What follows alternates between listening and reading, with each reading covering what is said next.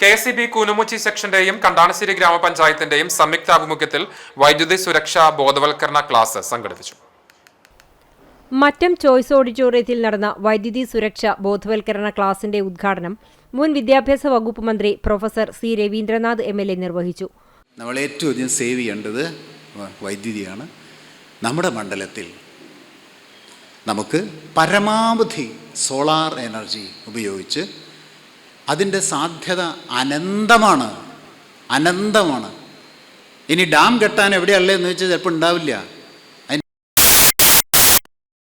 കുഴിച്ച് സോഴ്സ് കഴിയുകയാണ്. പെട്രോള് കുഴിച്ച് സോഴ്സ് കഴിയുകയാണ്. സൂര്യനുള്ളിടത്തോളം കാലം ഈ സ്രോതസ്സുണ്ട്. ആ സ്രോതസ്സ് എത്ര ഉപയോഗിക്കുന്നുവോ അത്രയും അടുത്ത ജനറേഷൻ, അടുത്ത തലമുറയ്ക്ക് ഗുണമാണ്.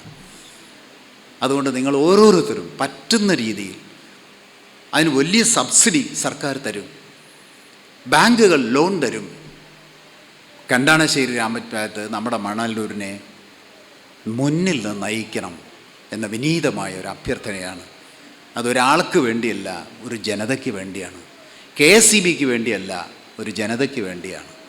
ഒപ്പം KSEB ഉണ്ടാവുന്ന എക്സിക്യൂട്ടീവ് എഞ്ചിനീയർ ഇവിടെ പിന്നിലിരുന്ന് നമുക്ക് ഓഫർ തന്നിട്ടുണ്ട്.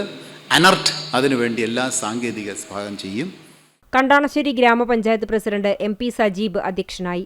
Vice president CK Sudeepa, KSEB Kunnamkulam division executive engineer KS Suresh, Kudumbashree CDS chairperson Vijitha Majnu, KSEB Kechery sub division assistant executive engineer KK Sindhu, Koonamoochi section assistant engineer VS Chithra എന്നിവർ സംസാരിച്ചു.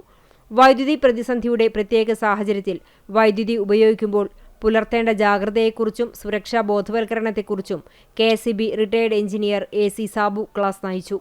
ജനപ്രതിനിധികൾ, KSEB ഉദ്യോഗസ്ഥർ, കുടുംബശ്രീ പ്രവർത്തകർ, പൊതുജനങ്ങൾ തുടങ്ങിയവർ സംബന്ധിച്ചു.